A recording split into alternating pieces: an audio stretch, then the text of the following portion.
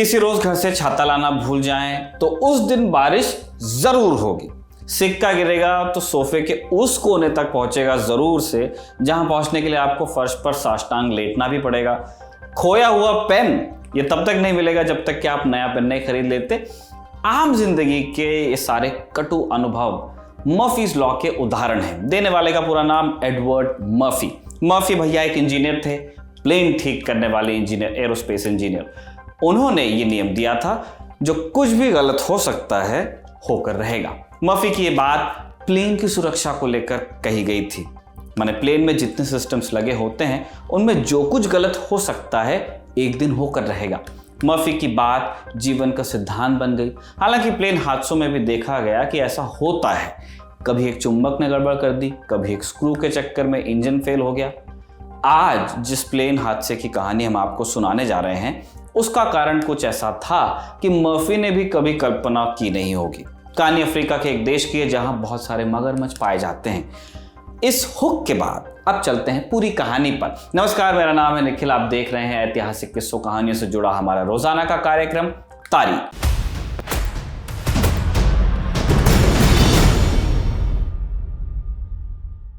ये कहानी है मध्य अफ्रीका के एक देश की जिसका नाम है डेमोक्रेटिक रिपब्लिक ऑफ कॉन्गो या डीआरसी। डीआरसी के ठीक बगल में एक और देश है, रिपब्लिक ऑफ द कॉन्गो। दोनों का नाम कॉन्गो है लेकिन देश अलग अलग हैं। हम बात कर रहे हैं डीआरसी वाले कॉन्गो की।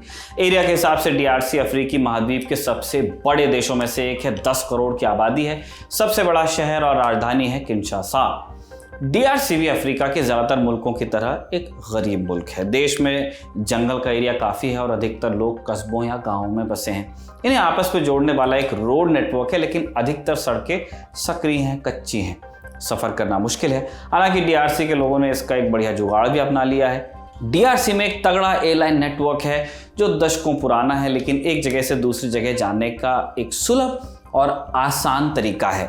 देश की राजधानी में 2 एयरपोर्ट्स हैं। इंटरनेशनल एयरपोर्ट का नाम है जिली इंटरनेशनल एयरपोर्ट और डोमेस्टिक का नाम है नडेलो एयरपोर्ट। दोनों एयरपोर्ट्स सुविधा संपन्न है लेकिन बाकी इलाकों का हाल ऐसा नहीं है। बाकी हवाई अड्डों के नाम पर ज्यादातर एक छोटी सी बिल्डिंग आपको मिलेगी, पोस्ट ऑफिस टाइप, और एयर स्ट्रिप के नाम पर भी पूरा रनवे नहीं होता है। एक छोटा सा समतल मैदान होता है जहां पे प्लेन्स लैंड कर सकते हैं लेकिन पूरा सिस्टम ऐसा है कि चलता है या ये कह सकते हैं कि उड़ान भरता है। कॉन्गो में प्लेन्स बस की तरह इस्तेमाल होते हैं। किंशासा से प्लेन पकड़ो, प्लेन उतरेगा किरी में लोग चढ़ेंगे उतरेंगे, इसके बाद बोकोरो, सेमेंद्वा, बुंदुदू होते हुए अंत में प्लेन वापस किंशासा आ जाएगा। जैसी बसें चलती है अपने हर अड्डे पर चढ़ने उतरने का सिलसिला चलता रहता है, बिल्कुल वैसे जैसे अपने यहाँ बसेस चलती हैं। तो वायु की साल 2010 में ऐसे ही एक प्लेन ने किंशासा एयरपोर्ट से उड़ान भरी। अगस्त का महीना था। नडोलो एयरपोर्ट से एक LETL 410 टर्बोलेट विमान उड़ान भरता है। ये 2 इंजन वाला एक छोटा प्लेन था जो आमतौर पर कार्गो ले जाने के लिए इस्तेमाल किया जाता है या स्काई डाइविंग के शौकीन इसका इस्तेमाल करते हैं। ये प्लेन एक काफ़ी पुराने जखीरे का हिस्सा था जो डीआरसी को US से मिला था। इस विमान में अगर सीट फिट कर देते तो 18 से 20 लोग आराम से बैठ सकते थे। पीछे की तरफ बैगेज एरिया था जहां लोग सामान रख सकते थे। नडोलो से उड़ान भरने वाले इस विमान को फिलेयर नाम की एक कंपनी चलाती थी जिसका ट्रैक रिकॉर्ड बताने के लिए जानना काफ़ी है कि 2015 तक यूरोप ने इस कंपनी को ब्लैकलिस्ट किया हुआ था। यहाँ तक कि फिलेयर के किसी विमान को यूरोपियन एयर स्पेस में दाखिल होने की भी इजाज़त नहीं थी, इतने अनसेफ माने जाते थे। एक और बात सुनिए, फिलेयर का विमान जो अगस्त की उस सुबह उड़ा उसे उड़ाने वाला शख्स खुद फिलेयर का मालिक था, डेनी फिल्मेट। को पायलट का नाम था विल्सन। विल्सन एक ब्रिटिश नागरिक था। उसकी उम्र थी 39 साल और हाल में ही उसने अपनी केबिन क्रू की जॉब छोड़कर पायलट की नौकरी शुरू की थी। उस रोज नडोलो एयरपोर्ट से उड़ान भरते हुए प्लेन की अधिकतर सीट्स खाली थी। हालांकि अगला स्टॉप किरी था जहां और लोग उसमें सवार होते। किरी से विमान बोकोरो पहुंचता और फिर सेमेंद्वा से प्लेन का आखिरी लेग शुरू हो रहा था। प्लेन यहाँ से बुंदुदू जाता और फिर वापस नडोलो। लेकिन हुआ यह कि बुंदुदू में लैंडिंग से कुछ वक्त पहले उड़ान में एक दिक्कत आई। ये दिक्कत प्लेन की बॉडी या यात्रियों के साथ नहीं थी, दिक्कत पीछे कार्गो एरिया में थी। कार्गो एरिया में एक डफल बैग रखा हुआ था जिसे संभवतः सेमेंद्वा से प्लेन में चढ़ाया गया था। जैसे हमने पहले बताया, प्लेन बसेस की तरह चलते थे, लिहाजा सुरक्षा व्यवस्था भी बस की तरह थी। मोर और लेस नहीं थी। चेकिंग के नाम पर एक मशीन थी जो टू टू तो करती थी, लेकिन क्या प्लेन में चढ़ाया गया और क्या उसमें से उतारा गया पक्का बता नहीं सकते थे आप। इसी प्रकार चेक किए गए एक बैग में बुंदुदू में लैंड करने से कुछ वक्त पहले अचानक हरकत हुई। शुरुआत में किसी को कुछ पता नहीं चला, लेकिन फिर अचानक उस बैग का मुंह खुला और उसमें से निकली 2 आंखें कुछ और भी थी जो जमीन से प्लेन को देख रही थी।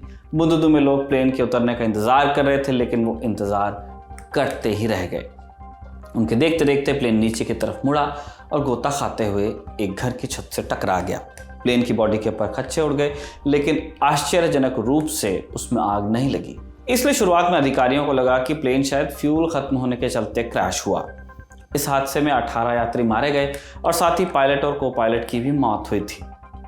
को पायलट ब्रिटिश नागरिक था, इसलिए इस मामले में ब्रिटिश अधिकारियों ने भी दिलचस्पी दिखाई।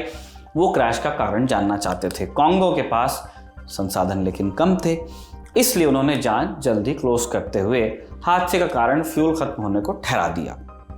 अब जो ब्रिटिश ऑफिसर्स थे इससे संतुष्ट नहीं थे। उन्होंने कॉन्गो से प्लेन का ब्लैक बॉक्स मांगा, लेकिन बात टालम टोल में बीतती रही। ब्रिटेन ने अपना एक विशेषज्ञ नियुक्त किया। इनका नाम था टिमोथी एटकिंसन। एटकिंसन ने लिमिटेड सबूतों के आधार पर थ्योरी दी कि प्लेन शायद स्टॉल कर गया था। आसान भाषा में कहें तो मुड़ने के दौरान एक एंगल से ज्यादा झुकने के कारण प्लेन का बैलेंस गड़बड़ा गया था। ये एक उदाहरण है। स्टॉल करना बेसिकली ये होता है कि जब प्लेन के जो विंग्स हैं, अगर आप प्लेन हैं तो उनके नीचे इतनी हवा नहीं है कि प्लेन हवा में रह सके। अगर आपकी स्पीड बहुत कम हो गई है तो प्लेन स्टॉल करेगा। अगर आपका एंगल ऑफ अटैक बहुत ज़्यादा है, नोज बहुत ऊंची है, तो प्लेन स्टॉल करेगा।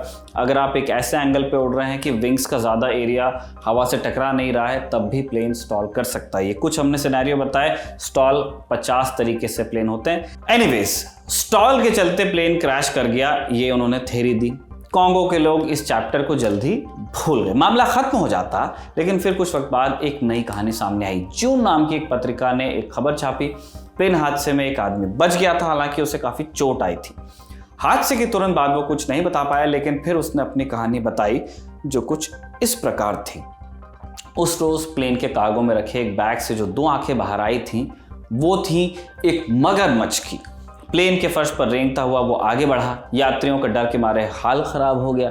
वो पीछे हटने की कोशिश कर रहे थे और इसी कोशिश में सब केबिन के काफी नजदीक पहुंच गए। प्लेन का अधिकतर भार उसके सामने के हिस्से में पहुंच गया। इस हड़बड़ी में प्लेन का बैलेंस खराब हुआ और वो डोलता हुआ नीचे क्रैश कर गया। जिस आदमी ने यह कहानी सुनाई उसके अनुसार प्लेन हादसे में उसके अलावा एक और चीज जिंदा बच गई थी, वो मगरमच्छ, जिसे एयरपोर्ट पर खड़े लोगों ने मार डाला था।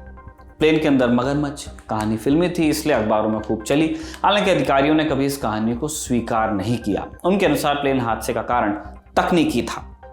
उस रोज असल में क्या हुआ था ये जानने के लिए ब्लैक बॉक्स की जरूरत थी, लेकिन ब्लैक बॉक्स कभी ठीक से चेक ही नहीं किया गया। मगरमच्छ वाली बात किंवदंती बन गई। सच क्या था ये शायद कभी साफ नहीं हो पाएगा, लेकिन कुछ रिपोर्ट से ये जरूर पता चलता है कि कॉन्गो के लोग अक्सर अपने प्लेन नुमा बस में बकरी और मुर्गी जैसे जानवर लेकर सफर करते थे। ऐसे में कोई प्रकृति प्रेमी मगरमच्छ ही उठा लाया हो, इस बात में कुछ खास अचरज नहीं है। फिलहाल आज की कहानी को हम यहीं पे समाप्त करते हैं। तारीख के इस एपिसोड को कमल ने लिखा और जतिन ने कैमरे पर रिकॉर्ड किया। आप देखते रहिए दी ललन टॉप।